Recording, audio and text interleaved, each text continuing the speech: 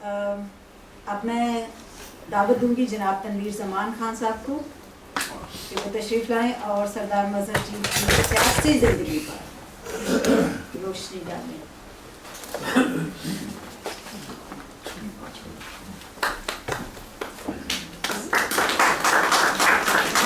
Sorry جو ساتھی ہمارے نئے ابھی تشریف لائے ہیں ان سب کو خوش آمدید.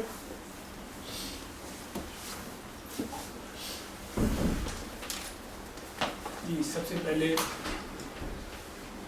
ساری فیملی کو، سارے سردار مظہر علی خان کے دوستوں کو السلام علیکم.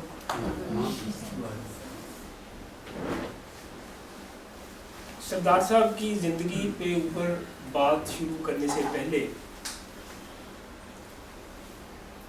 ایک چیز ذہن میں آتی ہے کہ یہ زندگی کیا ہے. یعنی میں زندہ ہوں تو زندگی ہے، میں اپنے لیے جی رہا ہوں یہ بھی زندگی ہے، پھر میں اپنی فیملی کے لیے جی رہا ہوں. پھر آپ بڑے ہوتے ہیں، آپ کہتے ہیں نہیں میں اوروں کے لیے بھی جیتا ہوں، میں اوروں کے خیالات کے ساتھ، اوروں کے ویل بینگ کے لیے، اوروں کی ایک آسان زندگی کے لیے میں کچھ سوچتا ہوں، کچھ کرتا ہوں. تو زندگی جو ہے وہ ایک بامانی زندگی بن جاتی ہے. آپ کہتے ہیں اب اس کا کوئی مقصد ہے، اب میں جو جی رہا ہوں میں کسی منزل کو دیکھ رہا ہوں، میں کہیں پہنچنا چاہتا ہوں اور میں وہاں اوروں کو بھی ساتھ لے کے جانا چاہتا ہوں. سردار صاحب کا ماڈل ٹاؤن میں جہاں سے ان کی زندگی کا ایکٹیویزم شروع ہوا، زمانہ طالب علمی میں، جو میں نے وہاں پہ ان کے ساتھ کام کرنے والے لوگوں سے پوچھا، ان سے باتیں کی، جن کے ساتھ انہوں نے جدوجہد کی تھی ان سے میری باتیں ہوئیں. کیونکہ سردار صاحب میرے کیس فیلو بھی تھے، لیبیا کانسلیٹی کے کیس میں ہم اکٹھے تھے، اس کے بارے میں بھی میں آپ کو کچھ بتاؤں گا.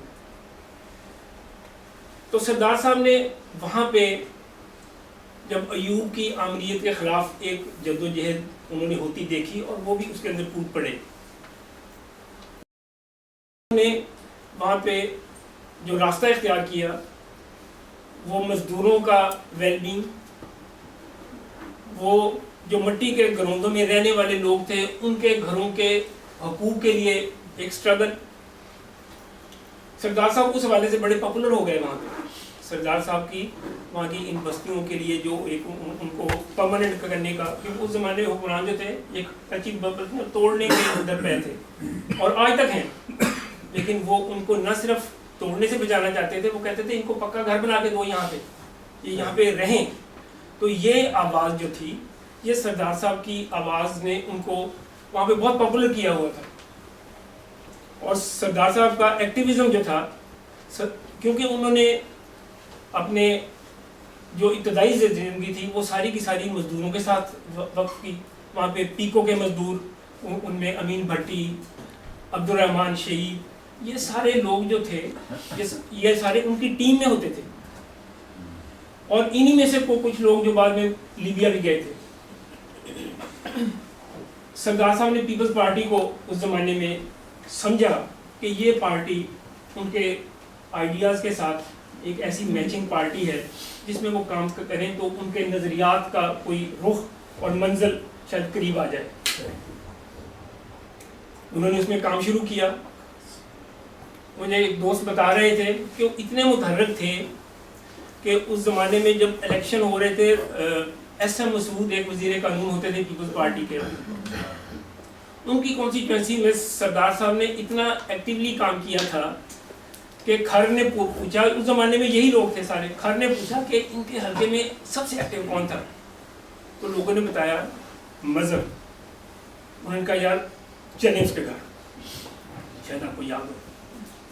وہ لوگ ٹریبیوٹ دینے کے لیے، ایک ان کو اپریسیشن دینے کے لیے کہ ایک، اس کے بعد وہاں پہ سردار صاحب کا ایک اوپر والی لیڈرشپ کے اندر جو تھا ایک منظر عام پہ آنا جو ہے وہ پاسبل ہو گیا.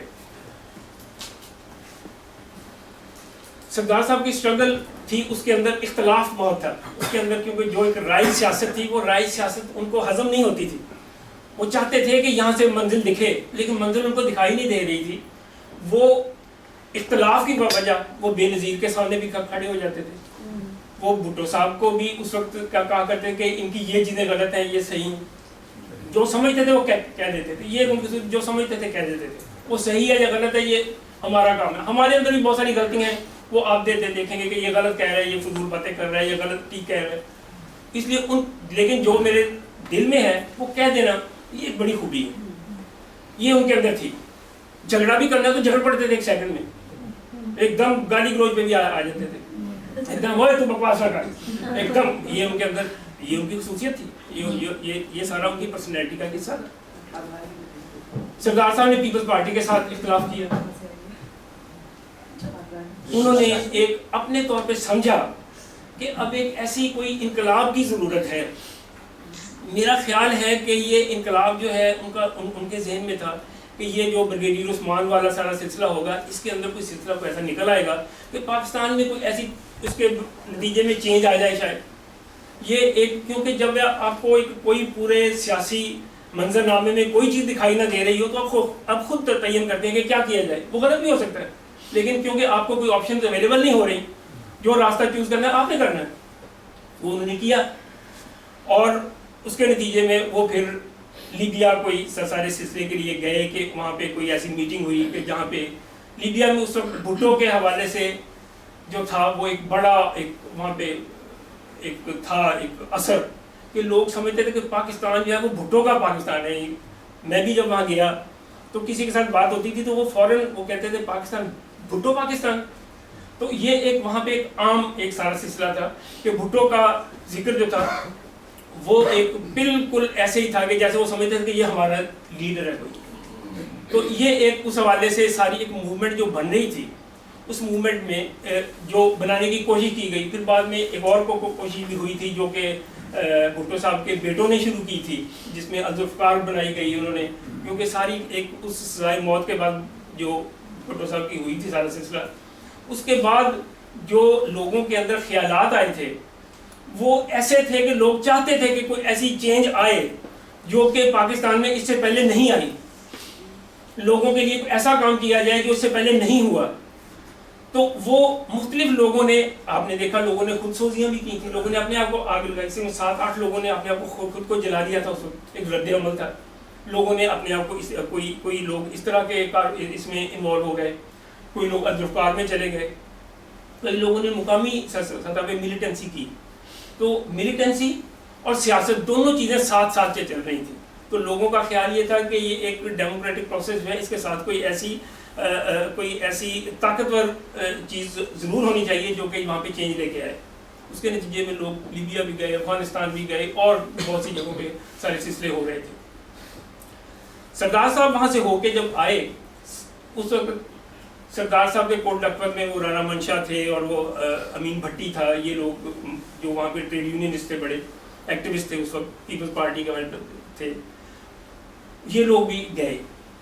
بہرحال وہاں سے جب یہ آئے تو یہاں پہ پاکستان میں ایک سنگین مقدمہ تیار تھا، کیونکہ اس کے اندر فوجی لوگ بھی کچھ انوالو تھے. بریگیڈیئر عثمان تھا، اس کے علاوہ کچھ اور لوگ بھی تھے. سردار صاحب کو 4 جنوری یا 5 جنوری کی رات کو 81 کو دوسرے 12-13 لوگوں کے ساتھ اریسٹ کیا گیا. میں تقریباً 1 سال کے بعد اریسٹ ہوا. تو ان لوگوں کو غائب کر دیا گیا. جب یہ لوگ غائب ہو گئے تقریباً 1.5 مہینے تک کسی کا کوئی خبر نہیں تھی یہ کہاں پہ ہیں. جس طرح سے آج کل ہوتا ہے بندہ لے گئے، کون لے کے گیا کوئی پتہ نہیں.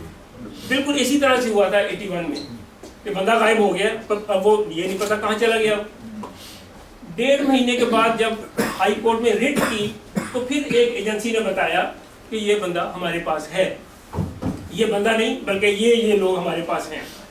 تو یہ ایک سارا سلسلہ ہوا. پھر اس کے نتیجے میں وہاں پہ ایک ہائی جیکنگ ہوتی ہے. آپ دیکھیں کہ جب ان کو ابھی 1 مہینہ 1.25 مہینہ ہوا تھا گورنر جیلانی کے زمانے میں، تو وہاں پہ ہائی جیکنگ ہوتی ہے. اس ہائی جیکنگ میں انہوں نے مطالبہ کیا کہ پاکستان میں وہ لوگ، ابھی اکرم بھی آ گئے ہیں، یہ لوگ جو وہاں پہ قید میں ہیں اور ان کے اوپر سنگین مقدمات بنائے گئے ہیں، ان لوگوں کو رہا کروایا جائے. 54 لوگوں کی ایسی لسٹ جو پاکستان سے رہا ہوئے, 100 کی تھی, 100 کی تھی, جی 110 کی, وہ کم ہوتی 54 پہ نیگوسیشن ہو کے سیٹلمنٹ ہوا اور ان لوگوں کو چھوڑا گیا. میں سمجھتا ہوں کہ سردار صاحب اگر اس وقت نہ نکلتے تو وہ کم از کم جب تک ضیاء الحق تھا اس وقت تک تو وہ جیل میں ضرور ہوتے, اس سے پہلے وہ باہر نہیں آ سکتے تھے, کیونکہ ان کے ساتھ جو دوسرے لوگ اس مقدمات میں ملوث تھے ان سب کو عمر قید ہوئی تھی. سردار صاحب بھی اگر وہاں ہوتے تو انہیں بھی عمر قید ہوتی.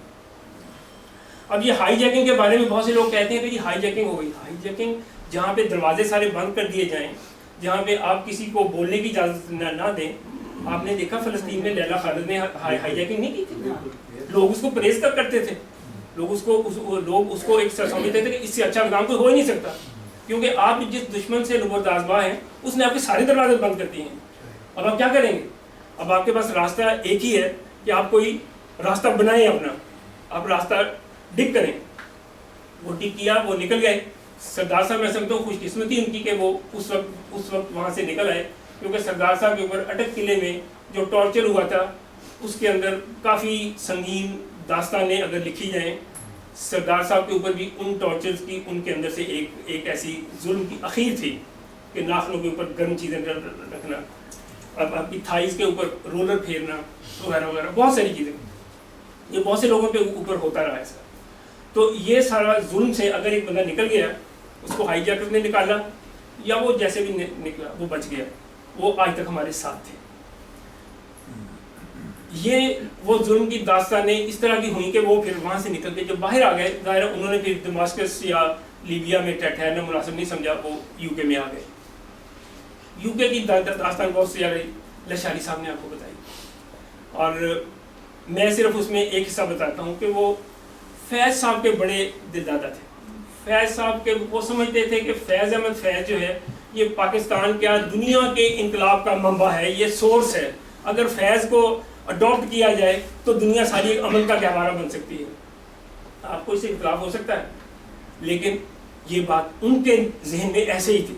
میری ان سے تقریباً روزانہ بات ہوتی تھی آخری عرصے میں, بہت عرصہ تقریباً روزانہ, اور وہ روزانہ یہ چیزیں کر کے اور ایک آدھی فیض صاحب کی بات کرنی ان کے لیے لازم تھا, اس کے بغیر وہ ایک بات ان کی مکمل نہیں ہوتی تھی. تو وہ پھر ہم نے یہاں پہ فیض کلچرل فاؤنڈیشن بنائی تھی. اس کے اندر میں نے انہیں جس طریقے سے, بلکہ وہ تمام جگہ پہ بہت ایکٹیو رہے, آخر تک ایکٹیو رہے, اور انہوں نے جس طریقے سے ان میٹنگوں میں آتے تھے, تقریباً 3-4 سال پہلے جو میٹنگ ہوتی تھی میرے گھر میں بھی ہوتی تھی اور باہر بھی ہوتی تھی, لیکن وہ ہر جگہ پہ اپنی صحت کے باوجود, بہت دفعہ تو آپ کو ساتھ بھی لے کے آتے تھے, بہت دفعہ اکیلے ہی کہتے تھے یار بس آ گیا ہوں, مجھے آگے فون کرنا کہ ذرا ڈور کھلو اتارو. کئی دفعہ ایسا ہوا, یعنی اتنی تکلیف میں ایک آدمی, لیکن اس کی کمٹمنٹ کا عالم یہ تھا کہ وہ پہنچتے تھے میٹنگوں میں کہ نہیں یہ کام میرے سیاسی ان خیالات کے ساتھ منسلک ہے, میں اس سے علیحدہ نہیں ہو سکتا. تو انہوں نے اس طرح کی زندگی گزاری, اور آخر تک وہ ایک آخری دن تک بھی ان کو پاکستان کی فکر, پاکستان کی سیاست کی فکر, پاکستان کے لوگوں کی فکر, غریب کے مسائل دور کرنے کی فکر, یہ وہ ان سے علیحدہ نہیں ہوئے. اس لحاظ سے میں سمجھتا ہوں وہ اتنے بڑے آدمی تھے کہ جیسا لشاری صاحب نے کہا کہ ایسے لوگ جو کہ جب سیاست میں جمپ کیا, آخری سانس تک ذکر کیا سیاست کا, غریبوں کی اس فلاح و بہبود کا. انہوں نے اس کے لیے سیاسی پارٹیاں بھی چینج کی, پہلے وہ پیپلز پارٹی میں تھے, اس کے بعد وہ PTI میں بھی گئے. ان کا خیال تھا کہ وہ جو چیزیں وہاں نہیں ہوئی شاید یہاں ہو جائیں, لیکن وہاں پہ جلدی ان کی وہ ٹیمپٹاس ہو گئی, سارا سلسلہ ہو گیا, وہ سارا سلسلہ علیحدہ ہو گیا. تو یہ ایک جستجو والے آدمی کی میں سمجھتا ہوں کہ نشانی ہے, جو کہ ایسی جستجو لوگوں کے لیے رکھ رہا ہے, جو کہ ایک لوگوں کی خوشحال زندگی, آزاد زندگی, عورتوں کی آزاد زندگی, بچوں کی آزاد زندگی, وہ اس کے لیے ہر وقت میں نے ان کو فیملی کے اندر بھی دیکھا کہ وہ ڈانس بھی کر لیتے تھے, وہ گانوں کے, وہ ہر چیز ان کے اندر ایک ایسی زندہ دلی موجود تھی, اور وہ زندہ دلی ان کی آخر دن تک ان کے اندر تھی, جو کہ میں سمجھتا ہوں ایک بڑی بات ہے کہ ایک ایسا زندہ دل آدمی جو آج ہم سے دور ہو گیا. میں آخر میں ان کے لیے جو انہوں نے فیض بہت پسند تھا, تو فیض کے کچھ شعر میں آپ کو ان کے لیے سردار مدر کی نظر.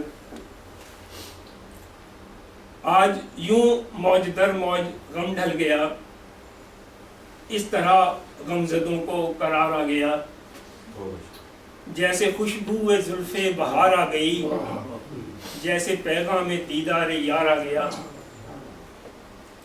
جس کی دید و طلب وہم سمجھے تھے ہم, روبرو پھر سرے راہ گزار آ گیا. صبح فردا کو پھر دل ترسنے لگا, عمر رفتہ تیرا اعتبار آ گیا. رت بدلنے لگی رنگ دل دیکھنا, رنگ گلشن پہ اب حال کھلتا نہیں. زخم چھلکا کوئی یا کوئی گل کھلا, اشک انڈے کے ابر بہار آ گیا. سرفروشی کے انداز بدلے گئے, سرفروشی کے انداز بدلے گئے, دعوت قتل پر مقتل شہر میں. ڈال کر کوئی گردن میں توق آ گیا, لاد کر کوئی کاندھے پہ دار آ گیا. یہ شعر جو ہے سرفروشی کے انداز بدلے گئے, یہ میں نے بھی جب شاہی قلعہ کے اندر وہاں پہ انویسٹیگیشن ہو رہی تھی, میں وہاں کی دیوار کے اوپر لکھ کے آیا تھا. فیض کیا جانیے یار کس آس پر, منتظر ہے کہ لائے گا کوئی خبر. میں کشوں پہ ہوا محتسب مہرباں, دل فگاروں کے قاتل کو پیار آ گیا.